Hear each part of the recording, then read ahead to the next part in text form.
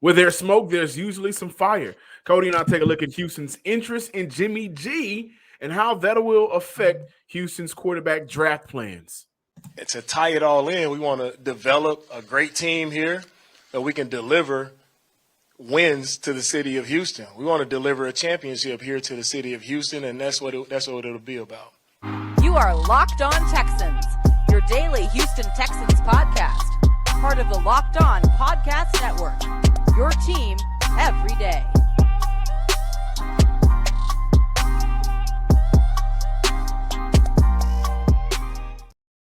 Welcome in, everybody, to a Wednesday episode of the Locked On Texan podcast, a part of the Locked On Podcast Network, your team every day. I'm John Hickman. Of course, I'm joined by none other than Texans Credential Media member and Sports Illustrated's own Cody Davis, here to discuss the elephant in the room. What the hell will the Houston Texans do at quarterback? So Cody and I will take a look at whether or not Lamar Jackson, that fantasy that Cody actually has been playing around with for a very long time, if that prayer would be answered by the football gods, or if AR-15 Anthony Richardson out of the University of Florida will be the next quarterback taken for the Houston Texans. But first, according to an anonymous source, there is a real push within the Texans building to sign Jimmy Garoppolo to play him in 2023, this upcoming season, with the plan of drafting a quarterback at some point in the first round, with a plan to sit him for a year and grow. With that report dropping, let's take a look at a direct quote from D'Amico Ryans when asked how will the Texans approach the quarterback position. Remember this. This was just a few weeks back, ladies and gentlemen. We have one quarterback on our roster. So we have to add to that position. We'll do it through free agency and the draft. We have to add two guys to our roster. So we're looking to find the best guys that we can have. There's a good group of quarterbacks in free agency and the draft. Now, mind you, Bryce Young, CJ Stroud, Anthony Richardson, Will Levis are the top quarterbacks coming out in the 2023 draft. Lamar Jackson is technically a free agent, so we'll get to that. But you also got to look at Jimmy G, and that leads us right to the discussion, Cody. Jimmy G in Houston, is that a realistic marriage that people should get ready for? No, and it's dumb by all counts. And I'm not even looking at this from a draft standpoint. And John, you know me, I'm all about having vets in a position group. I'm all about having vets around a rebuilding team. We talked about it a lot here on this show.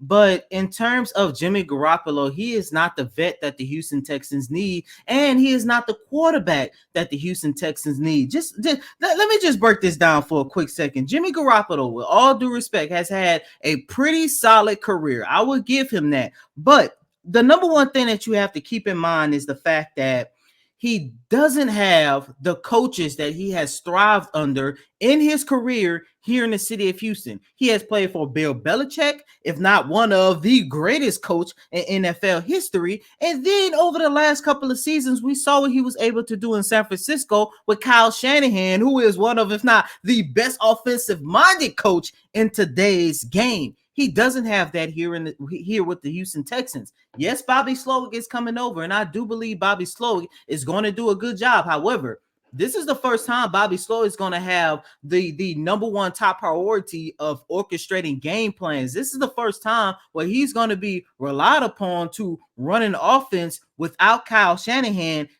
alongside of him. Then you also got to take into consideration that also same day quarterback coach was with Jimmy G for 2019, 2020 as well. So got to throw that out there. Oh yeah, we could throw that out there, but once again, even Shane Day isn't going to be with Kyle Shanahan. The next issue that I have with the Texans going after Jimmy Garoppolo, he's injury prone. He was with San Francisco for 5 years, and his season came to an end prematurely due to injuries in 2018, 2020, and 2022. Yep.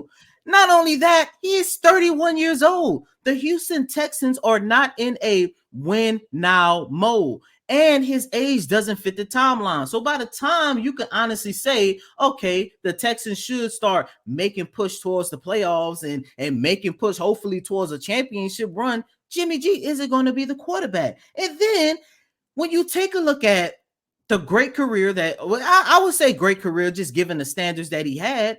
When you take a look at the success that Jimmy Garoppolo has had, he doesn't have the talent on that offensive side of the ball. So when you take all of that into consideration, I don't understand why Jimmy Garoppolo is an option for the Texans in free agency. I don't get it at all. Well, I will say this: I don't think that Houston is preparing to stink this year, and so That I is think I true. think for this franchise, we have to alter what we believe win now is. Win now for this franchise is just not picking in the top three of the NFL draft, right? So Mm-hmm. 7 to 8 games, and we presume with the combination of D'Amico Ryans and Nick Caserio will put together for this roster, Jimmy G can fit into that, right? However, this is not me capping for Jimmy G.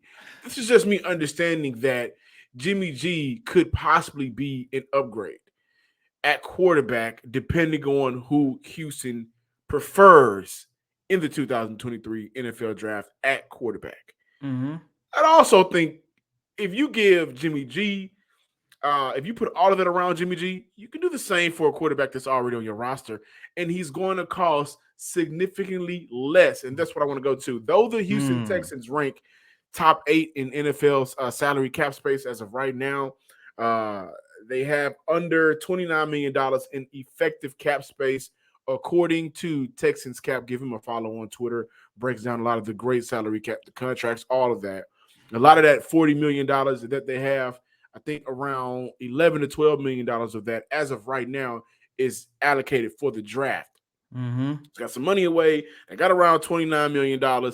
As things work out with Brandon Cooks and they'll make more moves, that will increase over the next couple of weeks. So I'm not, too much hung up on 29. However, Geno Smith just got $25 million. Shout out to Congratulations, Geno. by the way. David Carr just got $33 million for a yearly salary, and both were multi-year contracts. Do I want a low man? Do I want to use the low man of that, of that contract? And I look at the $25 million that Geno Smith has and use that for Geno Smith. I mean, for Jimmy G. It's a lot of Jimmys and Genos going on. But if Geno got 25, right, I can see Jimmy G wanting to hovering around $20 to $25 million. That's too And much, then I man. question, is this a 1-year deal? Is this a 2-year deal? I was talking to a friend of mine. Shout out to my boy Phil. He said, you know what? Let's do two years, $45 million with $30 million guaranteed. And I'm thinking to myself, how much of that money are you going to backload in that contract? How much of that is going to be front loaded? But then once again, with the money Houston has now, my whole argument is, why would Houston invest that amount of money to one player when if $20 to $25 million is the standard for Jimmy G's contract? And that's why I wanted to point out Geno Smith's contract, multi-year contract, and David Carr multi-year contract, which I'm surprised David Carr got that much. But I'm happy that he did, because now there is a mid-tier, middle income for quarterbacks now. Everybody's not going to break the bank, and I don't know what the hell the NFL is doing with Lamar Jackson. But back to this. So I'm not putting that much money into Jimmy G. Plain and simple. That $20 to $25 million can be used for a marquee free agent that can upgrade your team right now at a need that you desperately need. I've talked about Javon Hargraves. I talked about David Onyemata out for New Orleans. We've talked about Jimmy Ward, who I think is going to be on a cheap contract. Tremaine Edmonds out of Buffalo at linebacker. He would be an upgrade here for this team. That's the type of money that you would save and put to the side to fill this hole, to fill this hole, to fill this hole. Not for a guy at Jimmy G, as Cody already alluded to, has missed 3 seasons now. He didn't finish the year out. Mm-hmm. You look at last year, 18, didn't finish 20, the season out 22. with a broken foot. Out for the regular season with a broken foot. So when is he going to be ready to play football again? And if he's ready to play football again, how much of the speed will he be ready for? I'm not in on Jimmy G. I think that, again, adding Jimmy G would take away from the possibility of building a competitive team due to that money. And so here's the thing. We've sat through the Bill O'Brien giving money away era, the Brian Game ridiculous contract era, with the Eric Murrays and other contracts that were just downright disgusting. This shouldn't be one of them. And I'm just against right now. Kind of, it's not reverting because this team is going in a new direction, but that's an old habit that this team shouldn't be hung up on. Let it go. I don't think Jimmy G is the option again. I do want to mention if Jimmy G is the option, because I do believe the moment Deshaun Watson set out, you worked your ass off to get to where you at, to move on from Deshaun, to acquire the picks, to eventually get yourself the franchise quarterback. And if we are looking at the realistic possibility, because where there's smoke, there is fire. If they do get a quarterback and their plan is for that quarterback to sit for the 2023 season, which would be a rookie, which would be some of the more raw prospects. That's Anthony Richardson, who, executives, and personnel scouts are blown away by, and Will Levis. Then it does make sense to have a veteran in that position group that can play for this upcoming year. I really believe that whatever you believe Jimmy G can do for you, Davis Mills can do for you as well, with a more talented roster around him. After the Houston Rockets went on a 2-game win streak against the San Antonio Spurs, which really was a losing streak because now you take yourself out of position for the top two, draft picks. They go on a losing streak. They lose to a team last night. Who they lost to? The Brooklyn Nets. Their 50th loss of the season. Loss of the season. Brooklyn just got better, man. I mean, not better, but they really did. They got better. They got Markel Bridges. I think he's going to be great for their team, and hopefully, they build off that. But we are closer to the end of the NBA season. It's right now. It's going on, and this is the perfect time to download FanDuel, America's #1 sports book, because new customers get a no-sweat first bet up to $1,000. That's bonus bets back if your first bet doesn't win. Just download the FanDuel Sportsbook app. It's safe, secure, and super easy to use. Plus, FanDuel even lets you combine your bets for a chance at a bigger payout with same-game parlays. Don't miss the chance to get your no-sweat first bet up to $1,000 in bonus bets back when you go to FanDuel.com/lockedon. That's FanDuel.com/lockedon to learn more. Welcome back in, Locked On Texans listeners and viewers out there. Before we continue, I know there's copyright, so I'm not going to play the songs that I want to play, but there's a group, goes by the name of Outkast. One of those rappers, Big Boy. The other rapper, Andre 3 Stacks, baby. 3 Stacks, 3K, and I want to shout out to everybody, literally everybody that watches the show, that listens to the show, that tweets us, that comments, that likes us or hate us or in between. Thank each and every one of you guys for subscribing to the Locked On Texans podcast. We have officially reached 3,000 subscribers, and now the road to 4K. We're going to catch y'all in 4K with some of these bad takes. Y'all tweet on Twitter. On the road to 4K is where we're stomping. So I want to congratulate my brother Cody. And now let's talk about the Houston Texans once again and the possibility of Anthony Richardson here in Houston. Now, I do want to preface this conversation by saying this, because last night I made it a point. We are actually recording in the morning right now. So last night I made it a point to go and watch some tape on him. Not a lot, just a condensed version, a sample size, of Anthony Richardson. And I'll say this. Throughout the season, Anthony Richardson sporadically got better. A new system, a new coach in Florida, I believe. And he had moments. He has 2 games of over 400 passing yards. He has multiple 3-touchdown games, multiple 2-touchdown games. And so, he has a game over 100 yards rushing, 2 games over 100 yards rushing, 2 games over 70 yards rushing. He is talented. He is a athletic freak. But Cody, when I watch his game, when I watch his tape, he is wildly inconsistent. And this is, I go back to the Kentucky game. I wanted to watch the good and the bad moments. The bad, his inaccuracies, are very inconsistent. Makes a lot of too high, too low passes. And because of his power on the throws and his inaccuracy, he sails a lot of passes over the heads of receivers. You even saw it during the NFL Combine when they was running the out routes. And a lot of times the receiver, well, a couple of moments, not a lot, a couple of moments, the receiver may have to jump in the air on an out route to catch the ball because he has a lot of power. And he has a tendency to sell those passes a little too high. Now, and of course, if you do that in the NFL, some of those passes are going to get picked off and going the other way. Now, some of the good things that he does, the 2nd and 7 to number 3 in the first quarter, it was under 4 minutes to go. It was a throw down the sideline, tight spiral, rolling out, impressive throw. He has that ability. And when I watched a couple of those games, not only in Kentucky, but even in the Tennessee game, he has the ability to roll out and hit some of those passes on the run. I actually think that when he rolls out, he's a much more dangerous quarterback. With his frame, his size, his athletic ability, that helps him to be able to stand in the pocket and deliver throws if the pockets break down. He stands tall, so he can make a throw. Or he can beat you with his feet, right? The 4.40, that's one of the things that blew everybody away. Cam Newton-esque in terms of what he can do with the football on the run, with his feet, in the air, with moments.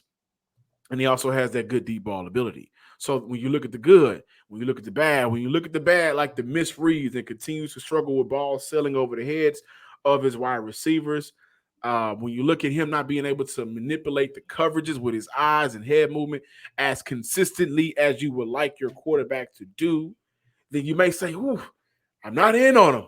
And I get it because I'm not necessarily in on Anthony Richardson, but I can't knock that he's a talented quarterback. I can't look at him and say to myself, wow, if he does get it right in the NFL, we may see the second coming of a Cam Newton. We may see a Josh Allen type of player. Again, we already have Josh Allen in the league. We may see that. Here's the issue. When Cam Newton came out in the NFL draft for 2011, wasn't other quarterbacks that was worth taking in that draft outside of Cam Newton with the number 1 overall pick for Carolina, who had drafted Jimmy Clausen in the 2nd round the year prior. And so when we compare him to Cam Newton, understand this, as raw as Cam Newton was, there wasn't a lot of other quarterbacks around in that time that was worth taking. It was Cam. The following year was Andrew Luck. So in like 2 years, it was only like the top 2 were the Heisman man who just went on the craziest run of college football history at the time, Cam Newton, and then the prototypical can't miss prospect in Andrew Luck. When we look at Josh Allen, who we compare to him to as well, there's Cam Newton, there's Josh Allen. The difference between those two is in Josh Allen's draft, the Buffalo Bills picked late in the draft, and that's where I think Anthony Richardson should go, simply because he needs to go to a team that has more around him, and if he needs to sit, he can sit. I don't think that's Houston, unless they go with the plan of bringing in a free agent quarterback and Jimmy G, and they like him so much to where they're going to build around him and then allow him the opportunity to sit, which is what the sources are saying. This is where there's smoke, there's fire, and he is a raw talent. I mean, he's nowhere near as polished as Cam Newton was coming out of Auburn, but I think Cam Newton was also a raw talent to a certain extent coming out. He has it. He has the talent. He just needs time. And Houston worked their behinds off to get to a place where they can draft their quarterback, franchise quarterback, and move forward. How much more time can Nick Caserio wait on, right? That's my question as well. I don't think Anthony Richardson to Houston should be ideal. And since you're talking about time, John, your honest opinion, where do you have Anthony Richardson ranked in terms of quarterback prospects? Is he 1, 2, 3, 4, 5, 6, whatever? 3. Okay, cool. So I got him as 3. Listeners and viewers, you could comment in the in the comment section. Tweet us and let us know, where do you have Anthony Richardson? And I think everybody will have him at 3. What pick do the Houston Texans have in this draft? Number 2. And who are the 2 quarterbacks that you have over Anthony Richardson at this moment? CJ at number 1, Bryce Young at number 2. Okay, and most of us have that same order, or you will reverse it. Okay, and how much time does Nick Caserio has? As you always like to say, Brandon K. Scott put it perfectly. The next time somebody walk out the door for 6-inning Kirby, it's not going to be the head coach. It's going to be the general manager. Am I correct? That's correct. Even when you take a look at the possibility of Jimmy Garoppolo, who I believe once again has had a very solid career, given everything that he has been through in his career, and given just everything in general, he has reached the pinnacle of his career. But when you take a look at Jimmy, when you take a look at what the possibility of what Anthony Richardson could be, then you take a look at CJ and Bryce. Which quarterback or which two quarterbacks do you think has the highest ceiling as we sit here on March 8th, 2023? Out of CJ and Bryce? Yeah, or you could say both of them when compared to the latter of the two of Jimmy G and Anthony Richardson. Ceiling wise, I would have to be fair in terms of ceiling. And if I say, man, he could turn out to be Cam Newton, then he has a very high ceiling for where I think he is right now. Okay. Now, who is coming into the draft more NFL ready? And I think in 10 years, you look at him and say, man, that is a damn good quarterback. I got to go CJ. Okay. And I think because, again, I said it because I think CJ and Bryce are already kind of coming in. Like their ceiling isn't that far from their floor. In terms of Anthony Richardson, his floor is super far from his ceiling. Like I think his floor that in a 2-story house compared to CJ and Bryce, they're in a 1-story house. It's not too far from one another. And you saw how I broke that down because what I just don't understand, and I think Anthony Richardson is going to have a phenomenal career if you put him in the right system and if you build around him correctly. I'm not too sure if the Houston Texans, one, have the time to do that, and two, and most importantly, why would you go out and get the third quarterback prospect entering the draft when you have an opportunity to get, if not the best, the second best quarterback prospect? And both of those guys, John, I agree with you. They are ready to play as of right now. And I get it. They're not going to come in here and take the Houston Texans from a 3-win football team or a 7-win football team over the last 2 seasons and win 13, 14 games and get to the AFC Championship. I understand that. I know it's not going to happen. And you need to give those two guys time to develop as well. However, I don't understand that, especially given the fact that you messed up your opportunity with a franchise quarterback a few years ago. You now have a new opportunity to get a really good franchise quarterback, whether that's CJ and Bryce. But why would you revert from that plan to go to, look, Anthony Richardson didn't like when people called him a project quarterback. So I'm not about to call him a project quarterback, but a quarterback that is not ready to play as of right now. But my biggest issue with Anthony Richardson is the fact that he only really had one full season as a full starting quarterback. And a lot of people like to compare him to Josh Allen. And I understand it and I get it. But here's the thing people fail to realize. Josh Allen, if I'm not mistaken, I believe he went through the pre-draft profiles situation when what year did he come out? 2018. And I do want to apologize. Josh Allen was the third quarterback taken, but it wasn't late in the draft. The Bills that year went 6-10. The previous year they went to the playoffs, but that year he was drafted 7th overall. Baker, Sam Darnold, and Josh Allen.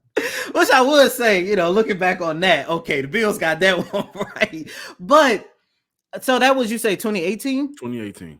Josh Allen, if I'm not mistaken, I believe he had went through the pre-draft workout and stuff just to get a feel on where he was, because in 17, that was his first full year starting majority of the year at the University of Wyoming, if I'm not mistaken.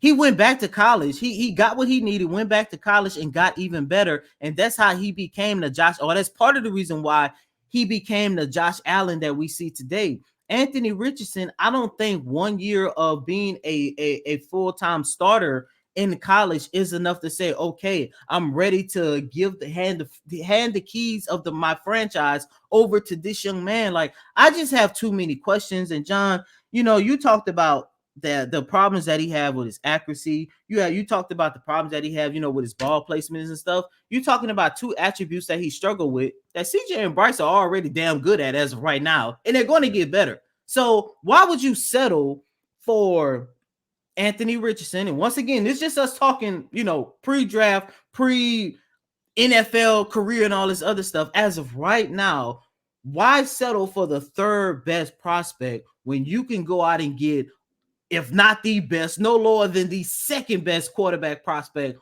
on the board. And given what the Chicago Bears do with that number 1 pick, you honestly have an opportunity to get the best. Yeah, absolutely. And look, I'm gonna say this: Baker, Sam, Josh, and Josh Rosen. You know who was the MVP of that draft? Lamar Jackson. So what I'm getting at is go get the best talent and go get the best prospect out there. And I think Anthony Richardson, hopefully he falls into a situation where the front office and the owners and the coaching staff is patient with him. The fans are patient with him because, again, I'm not knocking him. And I also want to take it a step further by saying 15, 20 years ago, this black quarterback wouldn't have been highly touted as, or he's the next this, or he's the next that. You probably would have to find another position to play, right? And I'm just keeping it honest. So when I look at how far the position has come for black quarterbacks, I can't say that, man, I don't think he should be a quarterback. No, because he played the position. That's the reason why he went to college, for playing that position. He worked his behind off to get in this area, in this position, in order to be a quarterback in the NFL. You allow him the opportunity to prove it whether or not he can survive the NFL. But he is a quarterback. I believe that when I look at Houston, though, this isn't Oakland. This isn't the Ravens. This isn't one of those situations. This is a team that has been bad for 3 years. Now this is an opportunity to finally wash away all of the sins of Deshaun Watson, hypothetically speaking. I'm not going too far deep into that. But you wash away the sins of a Deshaun Watson. You wash away the sins, ironically, of a Jack Easterby, and of Bill O'Brien. Look, the entity himself, the holy trinity of bad decision makers. Go out there and get the guy and build around that guy with the second overall pick. And I think that guy should either be CJ or Bryce Young. Welcome back in, Locked On Texans listeners and viewers out there in the YouTube world. Lamar Jackson has been placed on a $32.4 million non-exclusive franchise tag placed upon him by the Baltimore Ravens. There are teams out there that are out on Lamar Jackson that have made it publicly known that they are out on Lamar Jackson. Teams like the Atlanta Falcons, whose starting quarterback is Desmond Ridder, which I think going to have a pretty solid career, but he's not going to turn into Lamar Jackson. And other teams as well. 5 teams, it seems like those owners are colluding against Lamar Jackson because Lamar Jackson wants a guaranteed contract, and because the market was reset by it was rigged. Everybody's favorite quarterback here in town, Deshaun Watson. $230 guaranteed. With Atlanta being out, you have teams like Washington who could possibly look at Lamar Jackson. And then I'll say this: if I'm Eric Bieniemy, I'm pushing forward. Right, this is my opportunity to get away from he's no real offensive coordinator, or it was only Andy Reid, and you need a quarterback to get that done. And I like Sam Howell out of UNC. Remember, Sam Howell was real talks that Houston wanted Sam Howell here coming out of the draft last year, but he's no Lamar Jackson. But let's take a look at whether or not that second overall pick, the 12th, I would say would be involved. I wouldn't give up the 12th. Wouldn't give up 12? I give them the number 2 of this year because we are projecting that to be a quarterback, and then whatever next year is going to be. Right, okay. I like that. But the Houston Texans will have to give up a pretty good amount. 2 first-round picks and probably some later-round draft picks to go along with that. Maybe a third for 2 years. But they would have to give up something, that they've been holding on for, working for, that optionality, as Nick Caserio put it, for Lamar Jackson. I'm just going to throw it out there, Cody. Is it worth it taking on Lamar Jackson, giving up those picks, and also giving him the deal that he's looking for? Yes, now without a doubt. I think the relationship between with his team, him by himself, because he doesn't have a team, and the Baltimore Ravens, I think their relationship has soured. Oh yeah, most definitely. And I do believe that if the Texans divert from the plan of drafting CJ or Bryce, that means you should only have one option on your board at that point, and that's getting a deal done with the Baltimore Ravens to get Lamar Jackson, a guy who even at the stage of the Houston Texans rebuild at 25, 26 years old, he still fits the Houston Texans rebuild, and you already have a top 5 quarterback in the National Football League. And everybody know that this is a quarterback driven league. Not only that, John, let's say, it starts in that trade package with the number 2 overall pick, you package next year pick. Now, not only do you solidify yourself with a Multiple franchise, mid-round picks. I thought, multiple mid-round picks, which Nick Casario got a whole bunch of them. I don't know who's worse at stockpiling more mid-round picks out of him and Raphael Stone. Like, golly, they got a whole bunch of picks. But going back to Lamar Jackson, I like that idea because, like I mentioned, you'll have a franchise quarterback for the next however many years you want to give him. But most importantly, it gives the Texans an opportunity to truly start building around the roster, getting a wide receiver, improving your defensive line. If you're still unsure about the offensive line, which, by the way, if you bring in Lamar Jackson, it definitely make a lot more sense to keep both Laramie Tunsil and Titus Howard moving forward. But, just improving the backfield, like, I feel like the Texans and Nick Casario could accomplish so much if they were able to hammer a quarterback in. Look, I'm really high on Bryce and CJ, but at the end of the day, we still don't really know how they're going to work out in the NFL. Everything that we're talking about are just predictions as of right now. We already know what Lamar Jackson is all about. I mean, at the pinnacle of his career, and I don't even think he has reached the pinnacle yet. You're talking about a guy who has already been a MVP of the league. So if I'm Nick Casario, I'm getting with, of course, the Miko Ryans. I'm getting with the McNairs. I'm saying, let's create a package, put aside some money. Yes, it's going to cost a pretty penny, but let's create a package, put aside some money, get with the Baltimore Ravens, and see whether or not we can work out. Because I do believe, unless you are Kansas City, Cleveland, who else?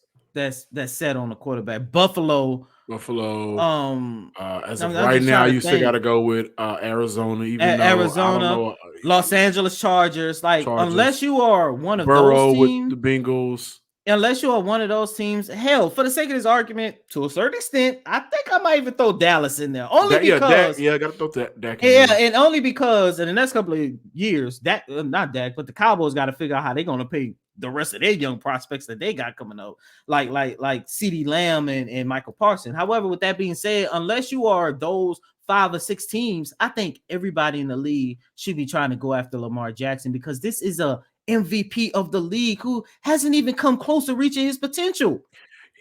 Atlanta. Like, what are you doing? You was all in for Deshaun Watson. I get it, that's the hometown hero, but look what he had going on. No, and you wanted him. That's the thing. When I look at these teams that were actively pursuing Deshaun Watson in the midst of, and you know how much I love my Saints, but even the Saints, like you settle for David Carr. I think the Saints are probably kicking themselves in the butt right now because.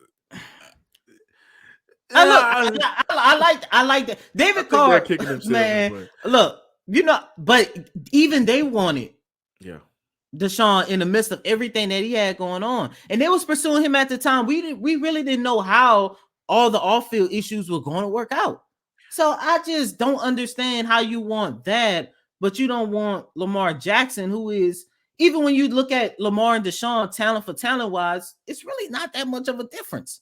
I think it is. I think Lamar Jackson, when healthy, is the second best quarterback in the NFL. That's just me. I would like for Lamar Jackson to text Deshaun Watson or FaceTime him or call him. Don't hit him in the IG DMs because that's what I'm trouble. And say, hey, man, can you give me David Mulugheta's number? Call David Mulugheta, get him on the phone, get him on the flight, get him to wherever you are and say, hey, listen, I need you right now because this is ridiculous. However, if I'm Houston, I'm 100% letting another team take on Lamar Jackson. Plain and simple. Wow. Yeah. And I say that because as much as I love Lamar Jackson, as much as I believe Lamar Jackson is the second overall pick, I mean, the second quarterback in the NFL when You healthy. love that second overall pick. I look at that and I say to myself, how much can we? And it's hard because Lamar and Bobby Slowick and Shane Day and Bill Lazor, like, it's hard. But how much can we afford Lamar in spite of trying to take care of other needs on his team? And that's the question. Now, I think you take that risk, man. I wouldn't. So the then is, you also I got to wouldn't be think mad about at the risk. I would not be mad at the risk, and I think that is a risk. That is a more risk that I would take, of course, more than Anthony Richardson. Mm-hmm. So I wouldn't be if I said, well, damn, if they do like Anthony Richardson this much, and if that's the route they want to go, I understand it. If I can see that happening, then the risk of getting Lamar Jackson is 100% worth it. Mm-hmm. Lamar wants a fully guaranteed contract, man. I'd say take the risk, and not only that, you also have people who will want to come here to Houston just to play with Lamar, and they'll be, and, you know, then you're looking at a possibility of them taking pay cuts, and you know, I just feel like there's just so much upside of bringing in Lamar just to watch him for 17 to 18, 19, hopefully 20 games throughout a season, making phenomenal plays. Like, you bring in Lamar, I think it just solves so many problems, and you could just focus on building through the draft at other positions, at other needs, man. But at the end of the day, man, I truly don't understand why, unless you are those teams that I listed off earlier, I don't understand why you are not going after Lamar. Like the New York Jets, why are you trying to get an aging and, in my opinion, kind of overrated Aaron Rodgers when the young team that you have, with the young prospects that you have, with the age of Lamar Jackson at 25, 26, why are you not going after him? That's just me. I don't understand it, but look, I guess what do I know, huh? Best win percentage as a starting quarterback since 1966. Guys, I want to let you know that Lamar Jackson has only lost 16 games in his career.